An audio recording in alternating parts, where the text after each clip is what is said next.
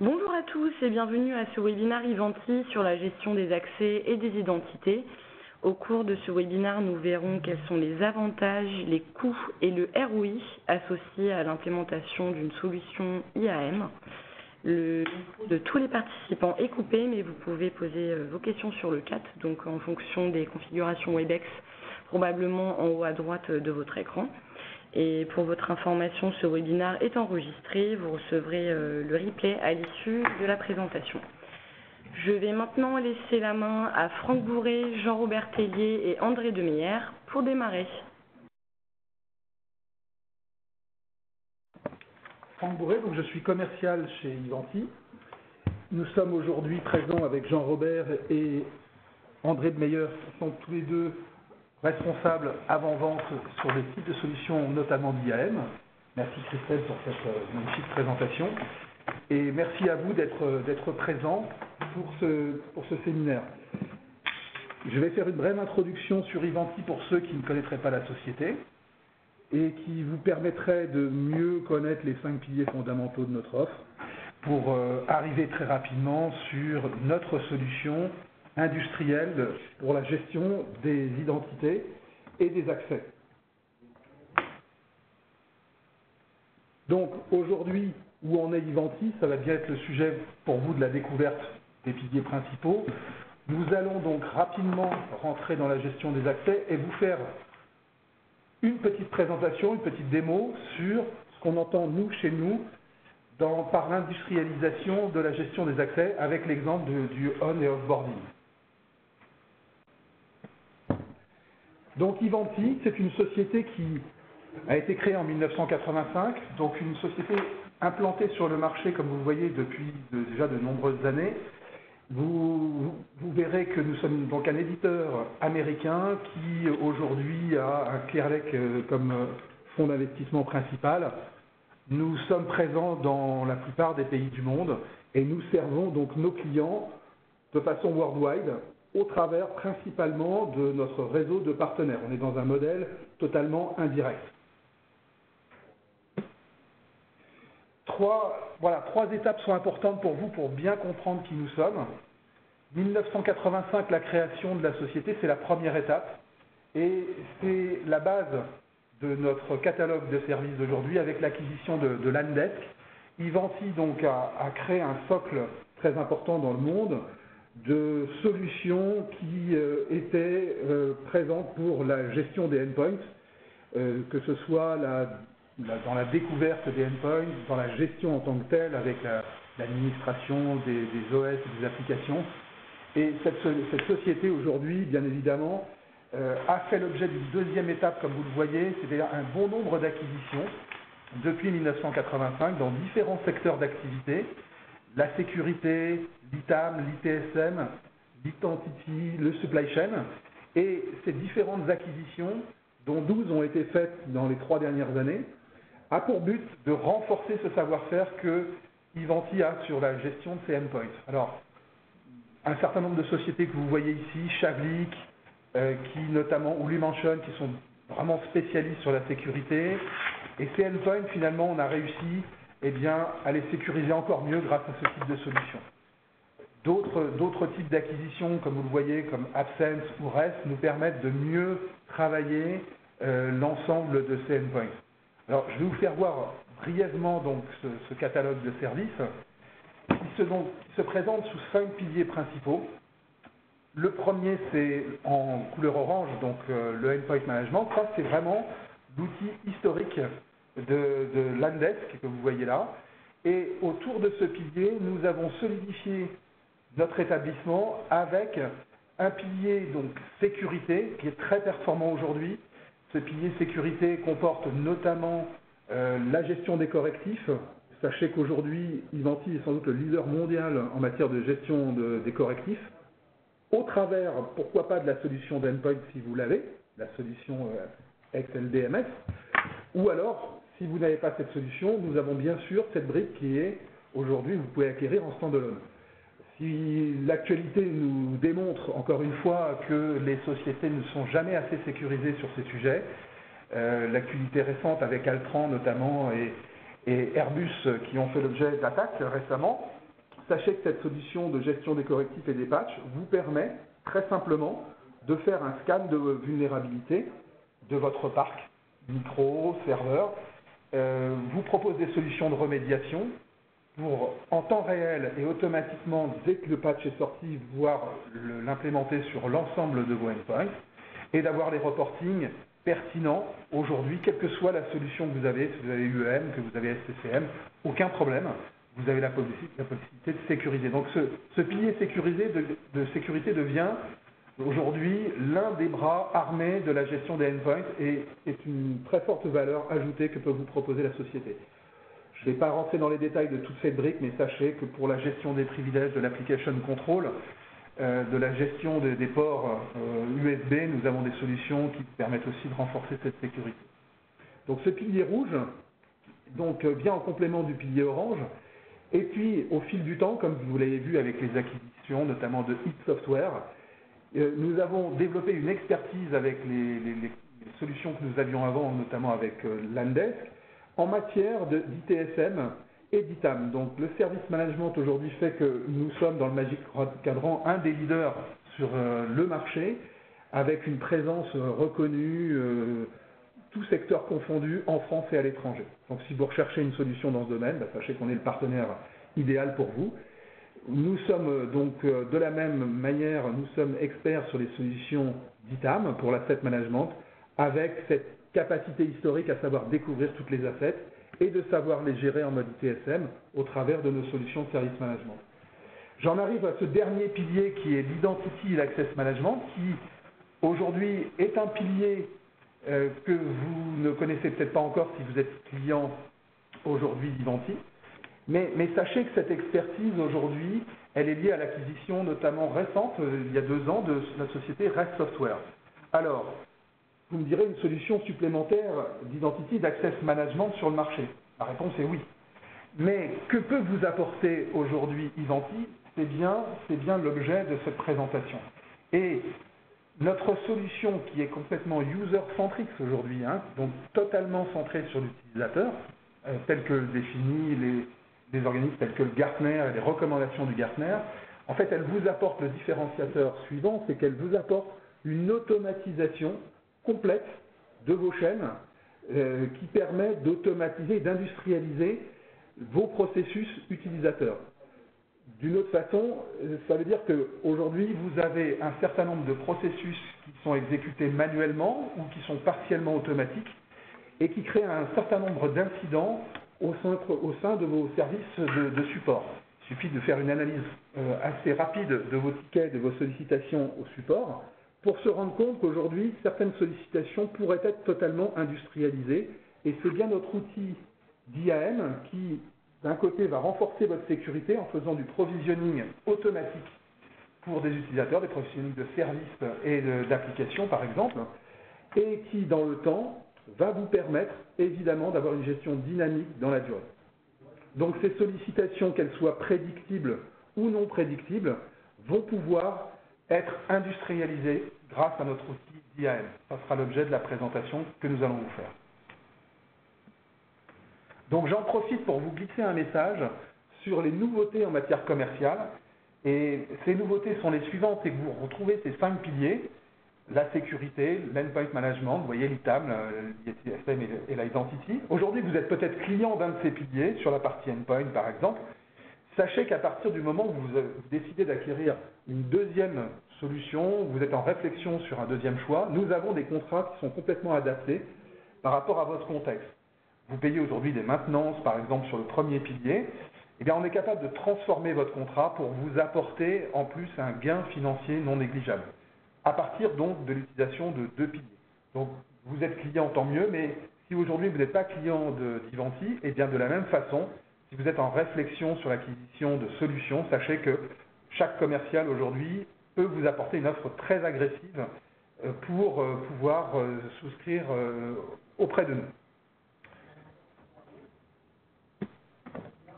Voilà présenter la solution. Je vais laisser la main à Jean-Robert qui va prendre la suite de la présentation. Bonjour à tous. Je prends la main pour juste faire un un petit point sur la partie acquis unifié telle qu'on cherche à vous la présenter. Notre objectif est effectivement de vous présenter un concept qui soit ambitieux sur la façon de organiser et composer votre IT, en s'appuyant sur les différents silos et les domaines clés que l'on vous a présentés dans les piliers, en utilisant une gamme de produits solidaires et complète. On va vous permettre d'être ambitieux et, entre autres, dans le sujet qui nous préoccupe, de mettre en place des systèmes qui vont minimiser les risques, qui vont améliorer grâce à l'automatisation les temps de réponse, la facilité, le temps de réagir aux demandes de vos utilisateurs, et ainsi pouvoir être plus efficace dans votre qualité de service et avec la finalité d'être satisfait, de satisfaire vos utilisateurs. En édulcorant une partie de vos tâches directes et en les automatisant, vous allez pouvoir mieux gérer votre stratégie, c'est-à-dire prendre plus de temps à travailler sur l'avenir que sur le présent, puisque tout ça pourra se faire de plus en plus automatiquement. Ça passe par 3 éléments importants qui sont le partage de processus, pouvoir échanger des processus entre les différentes organisations, l'automatisation complète de ce processus, c'est tendre à l'automatisation complète et donc permettre à ce que des tâches puissent se faire sans intervention manuelle, et tout ça avec comme base d'infrastructure un partage de données permettant de récupérer des données venant d'inventaire, d'annuaire, et de pouvoir entre autres s'en servir pour composer des tâches spécifiques dans les environnements. Voilà, juste la petite précision sur l'unification, c'est très ambitieux comme processus, mais notre gamme de produits est faite pour s'adapter à cette situation. Je vais vous parler de notre solution IAM qui s'appelle Identity Director, IAM étant en gestion des accès d'identité en français, ou Identity and Access Management en langage anglophone. Ce concept, tel que nous l'envisageons avec notre produit, est basé sur une notion de service, c'est-à-dire qu'on part du concept de service dans lequel on va attacher un modèle de données lié aux utilisateurs. Donc, on gère des identités en provenance de différentes sources qui peuvent être les RH, qui peuvent être un annuaire, LDAP, AD, des fichiers Excel dans des structures un peu particulières pour certains types d'utilisateurs et autres. L'important est de pouvoir centraliser les informations et de se référencer à une unique source de données comme référence. C'est souvent l'AD, mais ça pourrait être un service de données externe. L'important, c'est de pouvoir absorber toutes les informations liées aux utilisateurs dans un environnement unique qui est le nôtre. À partir de ce moment-là, on va être capable de classer ces personnes, de leur donner un certain nombre de critères pour les définir dans des catégories, et ainsi pouvoir automatiquement glisser dans un concept de rôle et de droit qui vont déterminer ce que chacun va avoir le droit de faire dans l'environnement. Un utilisateur lambda, il va pouvoir accéder des services qui lui sont personnels. Un acteur des RH va pouvoir interagir sur la création et la suppression d'utilisateurs, modifications. Chacun, selon ce qu'il est, verra des services et aura des droits particuliers sur ces services. Ces services, tels qu'ils sont définis, peuvent avoir des dépendances entre eux. Bien sûr, on ne pourra faire sortir quelqu'un de l'entreprise que s'il est rentré. On pourra lui attribuer un droit spécifique que s'il est, par exemple, un droit d'impression dans un local ou une localisation spécifique, il n'y aura le droit que s'il est effectivement localisé dans cet environnement ou des choses comme ça. On peut gérer des restrictions, des filtres en fonction de conditions particulières. On ne peut pas obtenir quelque chose si on est prévu de partir dans les jours qui vont venir ou des choses comme ça.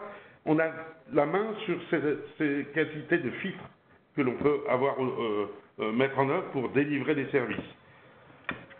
À partir du moment où ces services sont sollicités, ils vont être délivrés par des mécanismes automatisés, des processus qui vont être déclenchés. Ces mécanismes vont concerner ces processus vont concerner et la partie délivrance du service, mais aussi retrait du service, c'est-à-dire récupération soit des objets, soit des droits, de façon à pouvoir accéder au service. On intègre donc bien la fonction in et out dans l'accès d'un service. À partir du moment où on a ce type de service disponible, là, on a différents modes de déclenchement.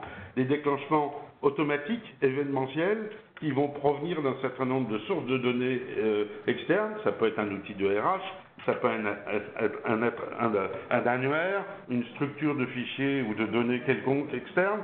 Ça peut être un applicatif qui va solliciter par les API la possibilité de déclencher des services, mais ça peut être tout simplement un portail, self-service, disponible pour que chacun fasse sa demande à souhait. On délivre les deux choses, vous le verrez un petit peu plus tard. Le processus de livraison et de retour, c'est plusieurs actions qui s'enchaînent, c'est plusieurs interactions avec des produits, avec des services. Par exemple, la délivrance d'un matériel, le provisioning d'un OS, l'installation selon le profil de logiciel installé, avoir une carte de parking, avoir des droits spécifiques dans le cadre des mutuelles de santé, tout ça, c'est des actions, des fonctions particulières qui sont liées à votre propre organisation autour de la gestion, entre autres de l'onboarding. Ce sont des exemples précis sur l'onboarding, mais ça pourrait être bien d'autres actions très spécifiques qu'on est capable d'ordonnancer au moment où on déclenche un service. Bien sûr, quand un processus est lancé, il interagit avec des utilisateurs pour des approbations, pour des confirmations de paramétrage, par exemple, et on va pouvoir soit directement par rapport à des tableaux de bord, soit par des envois de courriel ou autres, interagir avec des acteurs au moment où ils ont besoin de l'être. L'utilisateur final peut demander à annuler des services. Il est acteur sur son catalogue de services manuellement, et donc s'il fait une demande d'un matériel, il peut le rendre, ou une demande de licence de logiciel, il peut le rendre aussi. Tout ça, c'est des fonctions que peuvent produire un catalogue de services. On sait qu'ils sont disponibles dans les produits de service management, mais en parallèle, on sait traiter aussi ces interactions dans le produit d'identité. Deux types d'accès, portail web standard, un navigateur ou un client mobile usuel. Il faut que j'accélère un petit peu parce que je vais Ça va. Je vais finir par avec deux éléments importants. La façon de traiter en fait l'environnement se base sur soit l'événementiel, je vous en ai parlé, être capable sur des solutions prédictibles, c'est-à-dire organisées, d'être disponible à partir d'un outil de RH. Vous créez un compte dans l'outil maison de RH et à partir de ce compte, soit le système va chercher des informations sous la forme de pool, soit il y a un push qui est fait et on va transmettre des informations à l'environnement d'Identity Manager qui va prendre en charge en fait les données et à partir de ce moment-là créer tous les éléments techniques du style le compte dans l'AD, l'introduction à un groupe, et les interfaces avec le système service management qui vont être demande de carte de crédit, demande d'un poste de travail, tout ça en interagissant entre les différents produits existants dans votre environnement, qui plus est quand ce sont des produits fournis dans notre gamme unifiée. On peut aussi être attentif à des données qui sont par exemple dans l'annuaire et vérifier que si on change quelqu'un, de groupe, si on change un des paramètres de son environnement, on va être capable de déclencher automatiquement des process particuliers qui vont être, je vous parlais de localisation, si quelqu'un déménage et qu'on le fait passer de Paris à Bordeaux, un certain nombre de services qui étaient disponibles à Paris vont être automatiquement supprimés. Une partie des services de Bordeaux vont être réattribués de manière transparente, juste en changeant sa localisation. On va bien sûr être sollicité par d'autres types d'outils qui peuvent être des outils de service management, mais autres mécaniques qui vont avoir besoin de gérer des droits et donc de demander, de faire des requêtes pour attribuer des droits ponctuels ou permanents. Tout ça parce qu'on a des points d'appui d'API par le cloud ou principalement, sur lequel n'importe quel langage scriptable ou PowerShell est capable d'utiliser pour solliciter l'interface l'API.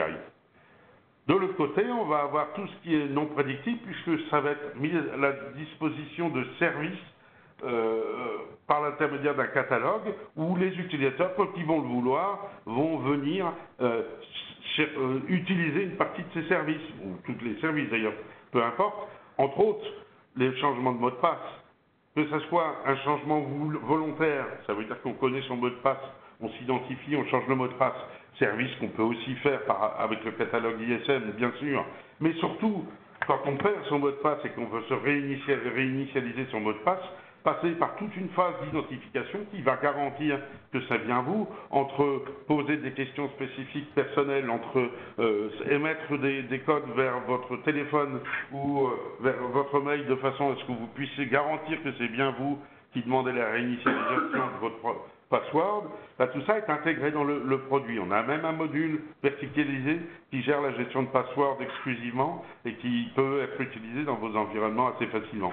Mais aussi, pourquoi pas, les changements de rôle, demander des accès temporaires à des services particuliers, tout ça justifiant d'une demande d'approbation d'un chef de service dans le processus, mais tout ça c'est sollicitable par le catalogue de services. Je vous parlais d'approbation, effectivement, le catalogue de services, enfin l'accès au set service, ça va permettre aussi aux gens qui doivent approuver ou intervenir pour valider des configurations informées de données techniques supplémentaires, pourront le faire aussi par ce type d'interface. Je vous parlais d'intégration avec des produits de ISM. Si je prends l'exemple de notre solution de service management, dont vous voyez un petit descriptif global, on est disponible dans le cloud, on-premise, on va être capable de gérer l'interface mobile, de gérer un certain nombre de contextes autour du monde utile, puisque on est vraiment très compatible avec les demandes utiliennes. Tout ça nous permettant de gérer l'essentiel des process, incidents, problèmes, change, demandes et compagnie, mais aussi, à partir de ces demandes, de pouvoir solliciter les différents environnements extérieurs avec Identity. On va, de la même façon que je vous parlais tout à l'heure de l'outil de RH qui va, après création d'un utilisateur, devenir un gestionnaire, de provoquer un événement dans l'environnement d'identité, on va être capable, côté du service management, de faire ce même type d'enrichissement, c'est-à-dire de créer un formulaire de saisie dans le catalogue de services qui va prendre en compte toutes les données utiles pour la création d'un poste d'un employé, pour l'intégration d'un employé, et bien ces données vont, grâce aux interfaces automatisées, se transmettre à Identity qui va lui-même mettre à jour l'AD, créer tous les environnements qu'il faisait déjà si la sollicitation venait du RH, mais pourquoi pas aller lui aussi créer le compte dans les RH automatiquement, de façon à ce qu'il y ait une synchronisation complète, que l'histoire provienne du catalogue de services dans ISM ou de l'outil RH, on est capable de traiter les données et d'activer toutes les actions nécessaires à la création d'un poste de travail. Ça, c'était la partie liée à l'identité, mais si vous voyez un petit peu plus large, beaucoup de tâches dans l'environnement du service management sont des tâches répétitives. On a parlé des changements de mot de passe, du reset de password, mais aussi la capacité de relancer des services, de faire du nettoyage, de demander du backup, etc. On va retrouver en fait une restauration de données. Tous ces éléments récurrents qu'on va associer à des demandes ou à des incidents spécifiques vont être automatisables par l'intermédiaire de la globalité de l'outil Identity Automation. C'est un point important de synchronisation et d'homogénéité de nos produits.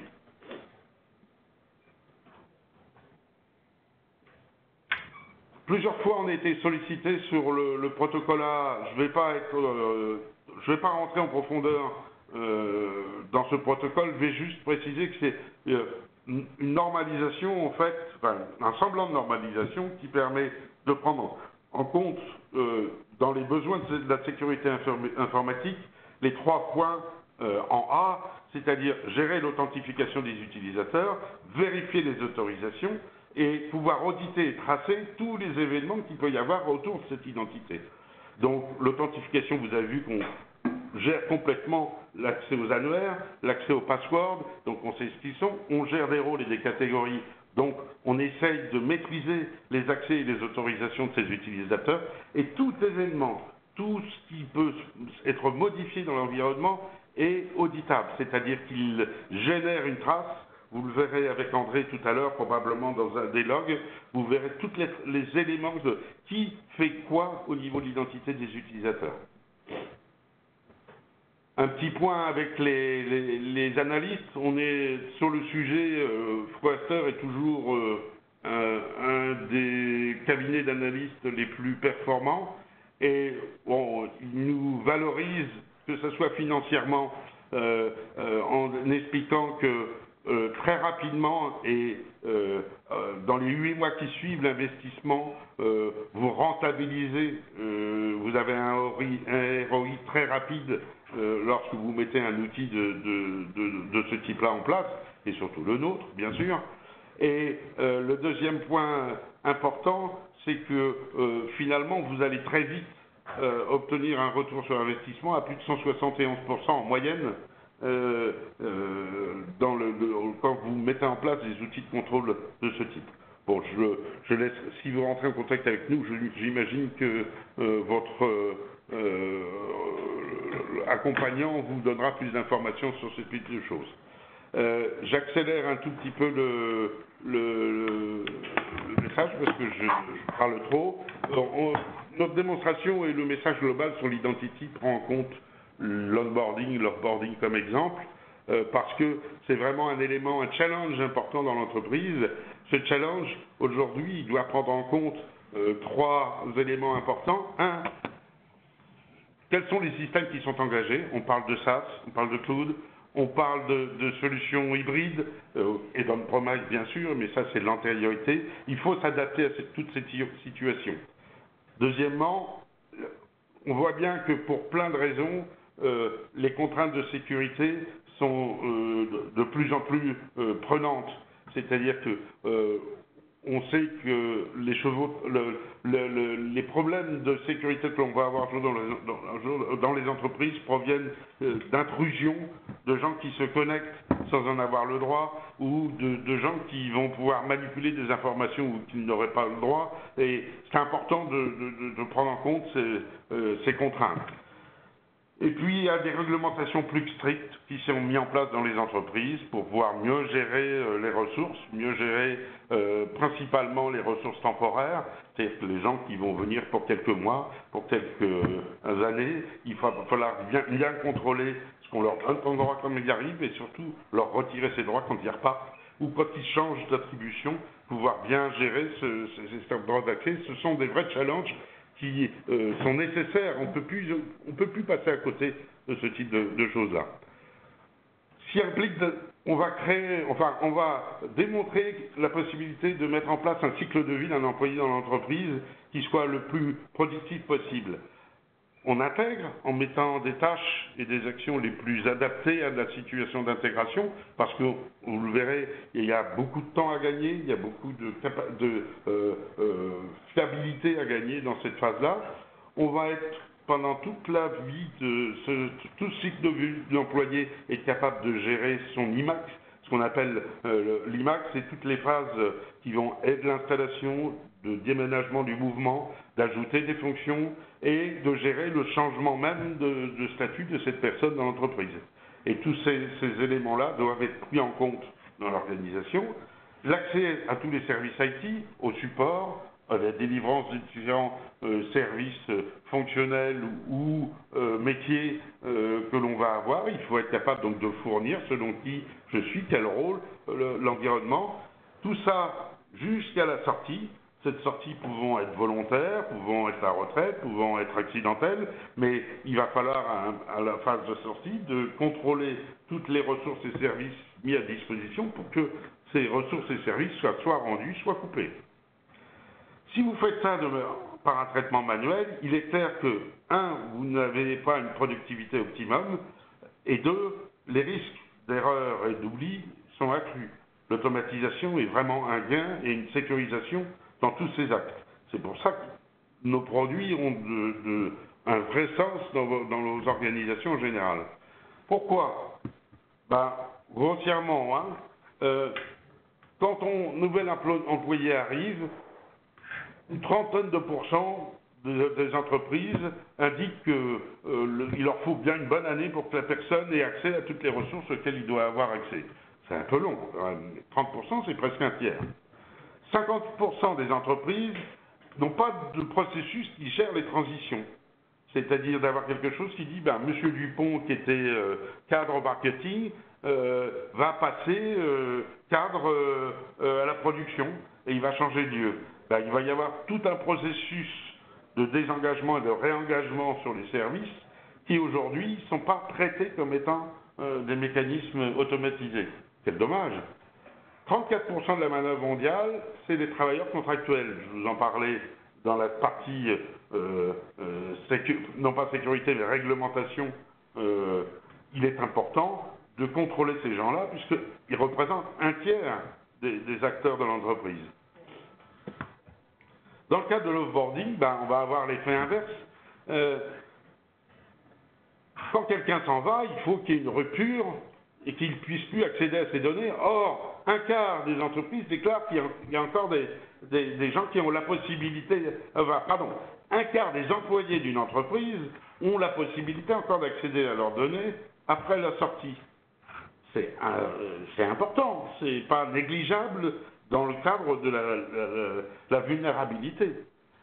32% de ces employés ont toujours un accès au système grâce à un compte qui est toujours actif. C'est même plus d'accéder à des données par des endroits particuliers. Non, leur compte est toujours actif.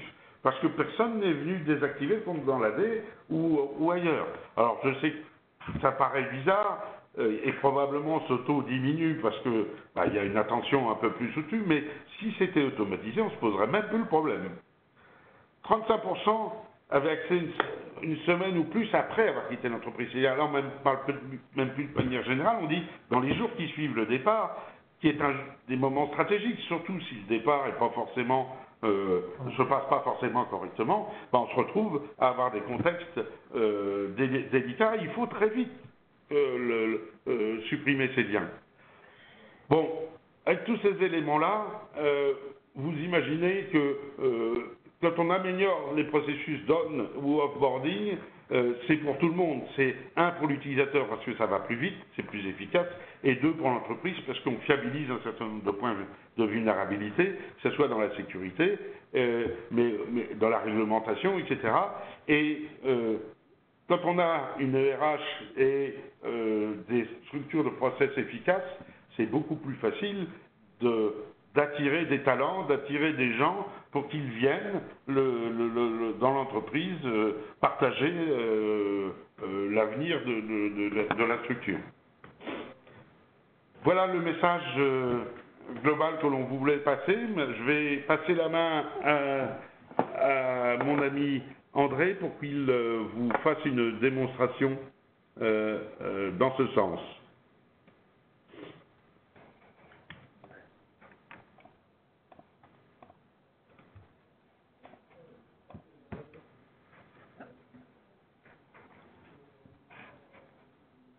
Ok, bonjour tout le monde. Je vais vous faire une petite démonstration de onboarding et le changement de rôle au sein de l'entreprise. Et l'onboarding, dans un premier temps, on va le faire par un système RH qui n'est pas un système Ivanti, mais c'est un système RH lambda. Donc nous, on utilise pour notre démo un outil qui s'appelle Orange HRM. Et là, je vais mettre la casquette de RH et je vais rajouter un nouveau employé. Donc je vais lui donner un nouveau nom. On va prendre un monsieur qui s'appelle Alain Huet et on va lui donner un rôle au sein de l'entreprise. Donc, je vais lui donner un job title, je vais le faire le chef de projet MOE et il est dans le corporate et il est dans informatique. John Date c'est aujourd'hui et je vais le mettre IT management et il est basé à Londres, par exemple. et le start date, c'est aujourd'hui. Je peux aussi programmer un end date. Bon, pour le démo, ça serait trop long, mais sachant que quand on onboard quelqu'un, on peut aussi, en mode automatique, on peut aussi le offboarder en mode automatique. Donc, une fois que je l'ai sauvegardé, je vais aussi le dessiner un manager, et pour le démo, je vais mettre moi-même un manager de cette personne-là. Donc, à partir d'ici, derrière, on a de processus récurrents qui tournent et qui va regarder dans notre système RH. Il va récupérer le nouveau employé qui s'appelle Alan Huet, et automatiquement, il y a un nombre de services qui sont être déclenchés pour Alan Huet. Parce que sachant qu'à peu près, quand un nouveau employé il arrive au sein de l'entreprise, on sait dans son rôle à peu près 80% de ressources qu'il a besoin pour faire son travail. Donc accès à le lecteur réseau, accès à l'application, carte de visite, etc. 80% on le sait déjà. Le 20% restant, on peut le fournir par un catalogue de services, soit par un catalogue de services d'outils ISM, comme dit Fanti, ou par un portail qu'on fournit avec notre outil Identity. Donc, pour le RH, pour l'instant, je suis fini. Et on va regarder maintenant dans Identity Director, donc dans l'outil administratif, au niveau de transactions, pour voir si Alan Huet, il est déjà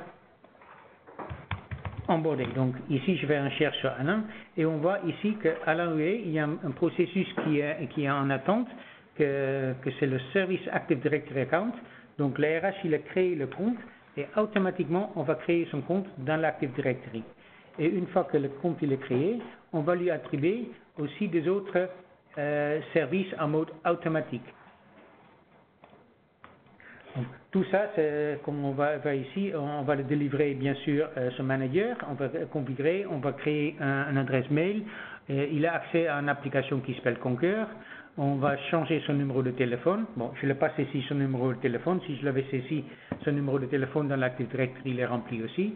On va le mettre dans le bon endroit, donc à Londres, et on va le mettre dans la bonne compagnie, parce qu'ici on gère 3 compagnies, CCIP, Healthcare et Corporate, donc il va être dans Corporate. Donc on voit qu'il est pending, et tout ça, ça fait complètement en mode automatisé. La seule chose que je fais, c'est rentrer Alan Huet dans le système RH. Et notre outil de synchronisation, il a récupéré cette personne, et il a attribué certains accès en mode automatique pour cette personne. Donc, une fois que cette personne il est complètement onboardé, donc ça va prendre un peu de temps parce que son compte il doit être bien créé, etc. En ce cas-là, le système, les personnes, ils peuvent soit se connecter sur le portail ISM ou soit se connecter sur le portail Identity. Si vous n'avez pas de solution ISM, vous pouvez aussi vous connecter sur qu'est-ce que nous on appelle ça un portail utilisateur. Donc, je vais voir ici, hop.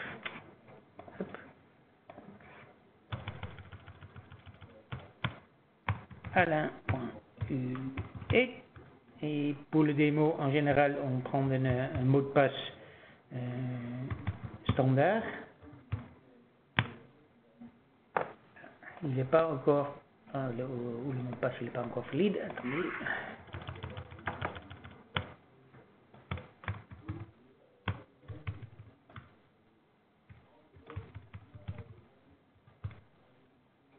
Connexion. Donc là, l'utilisateur était bien créé et ils peuvent se connecter sur son propre portail. Il a un tableau de bord, mais aussi un magasin avec des services qu'ils peuvent demander. Par exemple, il peut s'enregistrer pour son email, un deuxième email pour un multifactor authentication. Si jamais qu'il oublie son mot de passe, on peut lui envoyer un code PIN sur son adresse mail perso, par exemple, pour pouvoir réinitialiser son mot de passe en mode automatique. Mais à partir d'ici, il peut aussi enregistrer par exemple un téléphone mobile à travers VMware AirWatch. Comme ça, le mobile il sera automatiquement intégré au sein de l'entreprise.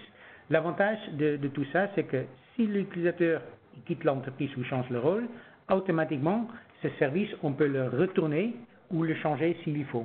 Donc on peut couper automatiquement l'accès, pas uniquement à l'AD, mais aussi à les applications SaaS comme Salesforce, comme Citrix, ShareFile, etc. Donc, en général, quand on parle avec des clients, ils savent très bien désactiver le compte Active Directory. Par contre, tout le compte des applications SaaS, c'est beaucoup plus difficile et souvent, c'est des tâches manuelles faites par le service informatique qui est déjà débordé, donc ça traîne. Et puis, c'est pour ça que Jean-Robert, il a dit 24% des utilisateurs qui quittent l'entreprise, une semaine après, ils ont toujours accès à des ressources de cette entreprise. Donc, avec tous les risques que ça engendre.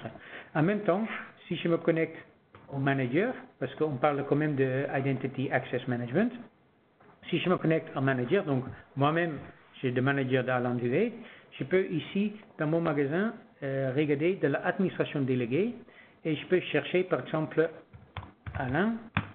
Donc, ici, je vois Alain Huet, c'est une personne que je gère, et je peux cliquer sur Alain Huet pour voir quels sont les services disponibles pour cette personne, mais surtout, quels sont les services livrés pour cette personne. Donc, à tout le moment, je sais, pour les gens que je gère, à quoi ils ont droit et qu'est-ce qu'ils ont demandé.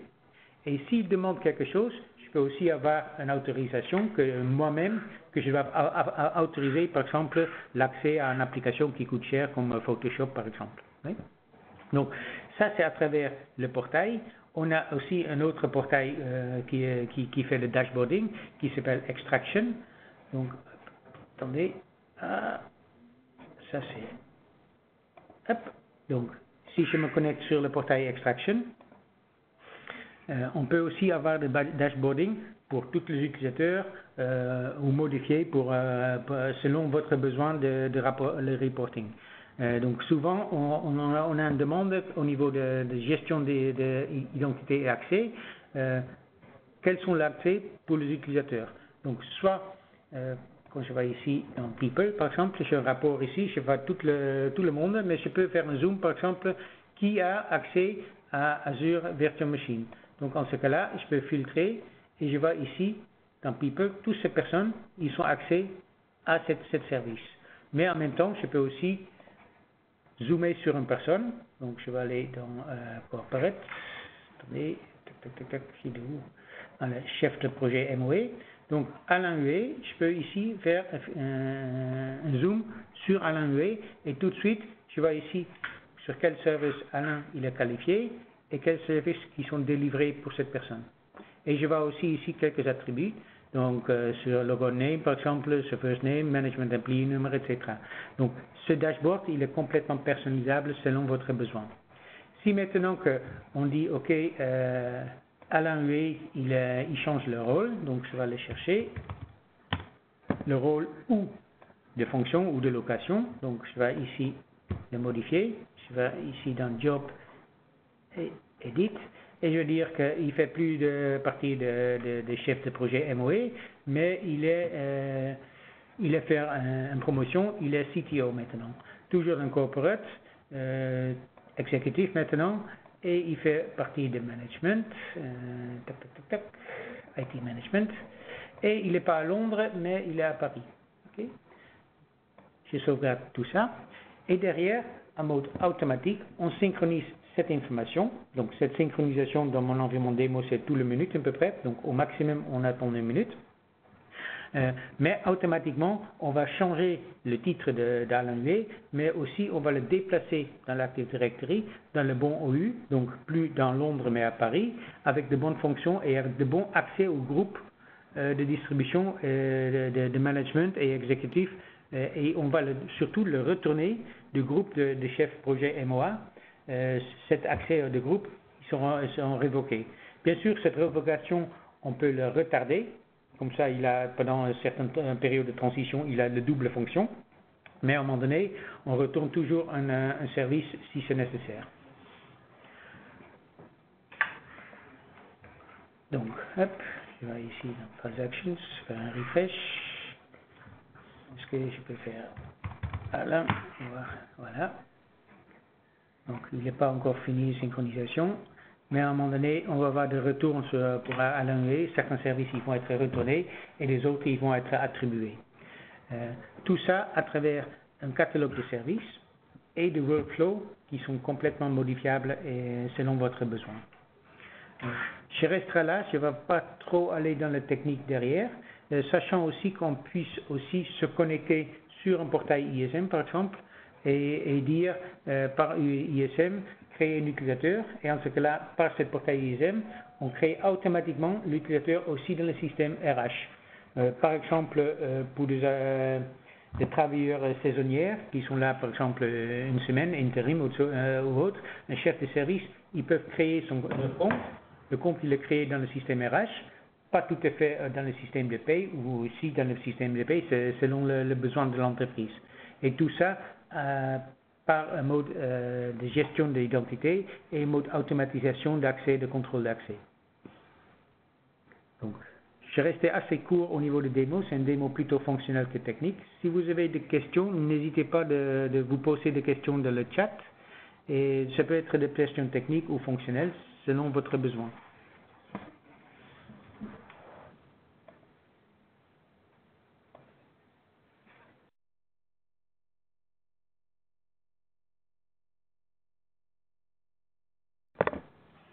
Merci à tous les trois, donc Franck, Jean-Robert et André pour cette excellente présentation.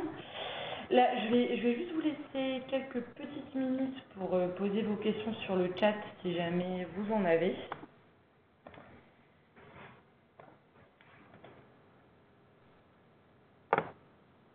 Et je vais profiter de cette attente très rapidement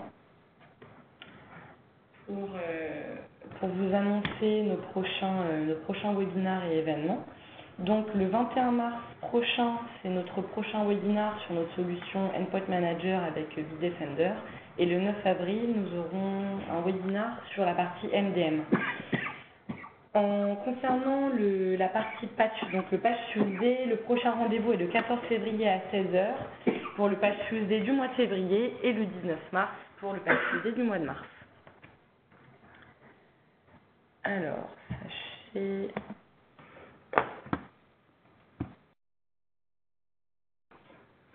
Voilà. Donc notre plus grand événement annuel aura lieu à Madrid cette année du 11 au 14 mars. Et je voulais simplement vous rappeler que demain, c'est le dernier jour pour profiter du tarif Early Bird. Si jamais vous souhaitez vous inscrire, n'hésitez pas à me répondre par retour de mail, voilà, pour connaître les procédures, etc. Alors, il y a une question... Je serais intéressé.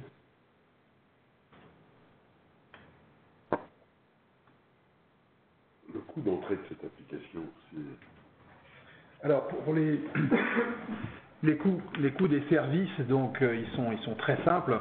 On parle de produits qui sont à Identity Director. Et donc, comme vous l'avez compris, nous avons deux modules. Un module Access et un module Identity. Voilà, pour simplifier. Le premier, donc, vous permet l'accès via un portail de self-service et pour les sollicitations dites non prédictibles. J'ai perdu mon mot de passe, donc je veux automatiser le reset d'un mot de passe, par exemple, ou je veux demander l'accès à une application. Ça, c'est le premier module. Pour le deuxième module, c'est donc un module de sollicitation qui serait prédictible. Donc là, on est sur un module qui automatise, comme vous avez compris, le process. Donc dans les deux cas, en fait, nous sommes dans un mode de licensing avec des licences perpétuelles et de la maintenance. Pour que vous reteniez un ordre de grandeur, nous sommes sur une base de 45 € par utilisateur pour l'acquisition de la licence. Voilà, vous avez une maintenance de 22% du prix sur la partie annuelle, évidemment, à payer sur cette licence perpétuelle. Donc si je résume, 45 € par module, bien sûr c'est fonction du nombre d'utilisateurs, ce nombre, plus il est grand, plus le tarif va être dégressif, et là vous nous contactez et on trouve l'offre la plus adaptée à votre contexte. Je rajouterai qu'il peut y avoir une offre d'accompagnement de service que nous faisons par nos partenaires. Un certain nombre de partenaires aujourd'hui vous font suivre évidemment ce type d'offre et surtout ont l'expertise pour mettre en œuvre cette solution. Voilà, ce serait plus spécifiquement pour le module Identity. Donc le module Identity, on est vraiment sur l'un des deux tarifs, donc c'est un module à 45 € par utilisateur. Voilà, c'est ce qu'il faut retenir. Donc si vous avez plusieurs centaines, voire milliers d'utilisateurs, là on est sur des devis spécifiques, mais sachez que le discriminant, c'est bien l'utilisateur en tant que tel qui va nous permettre de calculer votre tarif final. Ok, merci. Et pour reprendre l'exemple qu'on a pu dire, on a pris l'exemple pour Identity de l'on et offboarding. Comme vous l'avez compris, nous sommes capables de provisionner automatiquement depuis l'entrée du collaborateur jusqu'à sa sortie, mais tout au long de sa vie de l'entreprise. Et c'est bien là où nous allons avoir toute la valeur, à la fois l'automatisation du processus, qui permet de renforcer la sécurité, donc on est centré sur l'utilisateur, en fonction de son profil. Je suis, par exemple, je vais vous prendre un exemple très simple, je suis commercial dans une grande assurance qui a un réseau d'agences, et je suis à Montpellier. Je suis rentré dans l'entreprise le 1er janvier, donc j'ai accès à un ensemble d'applications et de services. Donc là, grâce à Identity, j'ai été onboardé automatiquement. Il se trouve qu'au bout d'un an, je deviens non plus commercial en agence à Montpellier, mais je suis, le 15 février, ça va très vite, je suis devenu, dans cette compagnie d'assurance, l'un des experts sur le sinistre à Bordeaux. Et le week-end où je vais à Bordeaux, il y a une migration Windows 10. Sachez que le produit, automatiquement, va pouvoir me déprovisionner mes accès à mes services commerciaux pour me reprovisionner mes accès à mon nouveau rôle qui est celui d'un gestionnaire de sinistre sur la région de Bordeaux. Et en plus, la migration Windows 10 va me permettre automatiquement de profiter avec toute la suite complète qui est existante chez Ivanti, de me reprovisionner depuis Windows 7 jusqu'à Windows 10 grâce à d'autres produits, environnement de manager notamment. Mais vous allez pouvoir accéder sans manipulation aucune manuelle. Vous allez pouvoir accéder automatiquement quand vous arrivez à l'agence ou au siège de Bordeaux, vous arrivez donc avec les accès qui vont bien sur vos nouvelles applications et vous n'êtes plus forcément éligible en fonction des critères que vous avez bien voulu mettre et les règles de gestion. Je ne suis plus éligible sur les accès que j'avais sur les applications commerciales. Vous voyez, donc tout au long de la vie de l'entreprise, et tout ça donc sans créer aucun ticket, c'est ce qui est très important à retenir, aucun ticket au helpdesk. Donc je vais augmenter ma sécurité, mais je vais réduire évidemment mes coûts induits. Sinon j'aurais été obligé de passer par un helpdesk parce que je n'ai pas accès à mes nouvelles applications, etc. etc. Donc la bonne approche pour un ROI pertinent de la solution, ça reste quand même l'analyse des tickets et des sollicitations qui sont présentes au helpdesk pour avancer dans le cas d'usage qu'on a fait voir sur le on- et offboarding. Très bien, merci Franck. On a deux autres questions. Alors la première a été un peu coupée. L'outil permet-il de faire des revues des accès? Le reste, je ne l'ai pas. Et l'outil permet-il de gérer les accès à SharePoint? Les accès à SharePoint sont en général gérés par des environnements Microsoft. Et donc, ces droits sont alloués à partir de droits Microsoft que l'on gère parfaitement à partir de notre outil. La première question, c'était... Voilà, la première question a été coupée, donc malheureusement, je ne sais pas. Alors moi, j'en ai une qui vient de m'arriver. Est-ce que l'on gère les environnements Linux et les droits utilisateurs sous Linux?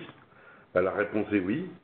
Nous avons dans notre environnement d'automatisation la capacité de créer, manager des users dans des environnements serveurs Linux, comme tout à chacun. Enfin, ça fait partie des capacités que l'on a, oui. Très bien. Est-ce qu'il y a d'autres questions? Alors, comment vous gérez le catalogue de services et des rôles droits?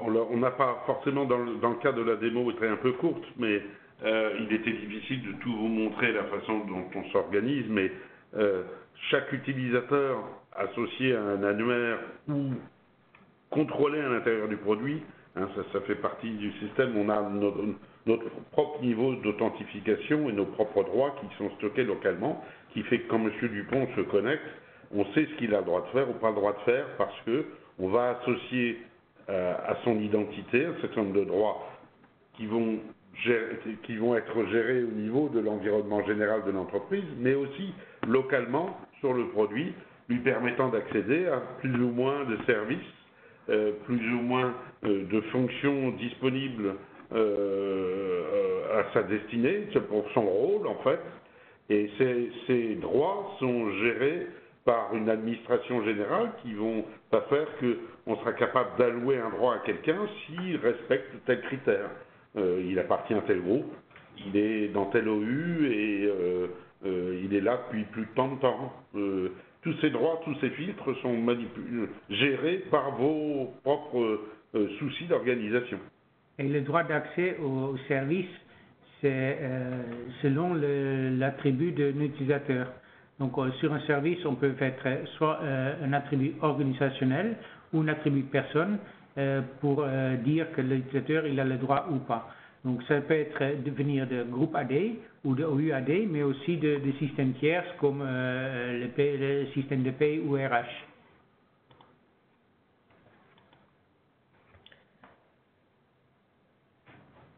Dans quel type de techno est développé Identity?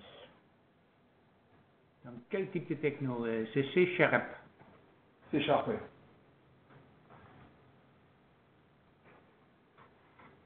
Voilà. Est-ce que, Jean-Robert, est-ce que tu as d'autres questions de ton côté? Non. Non, pas pour l'instant. Bon, on espère avoir répondu clairement à toutes vos questions. Si jamais vous en avez d'autres, ou éventuellement si vous souhaitez que l'on fixe un WebEx avec une démo un peu plus approfondie sur la solution, n'hésitez pas encore une fois à me faire un retour de mail suite à la présentation bien évidemment que je vais vous envoyer, donc le lien d'enregistrement ainsi que le PowerPoint sous format PDF. Je vous remercie à tous pour cette participation à ce webinaire et je vous dis à très bientôt. Au revoir. Au revoir. Au revoir.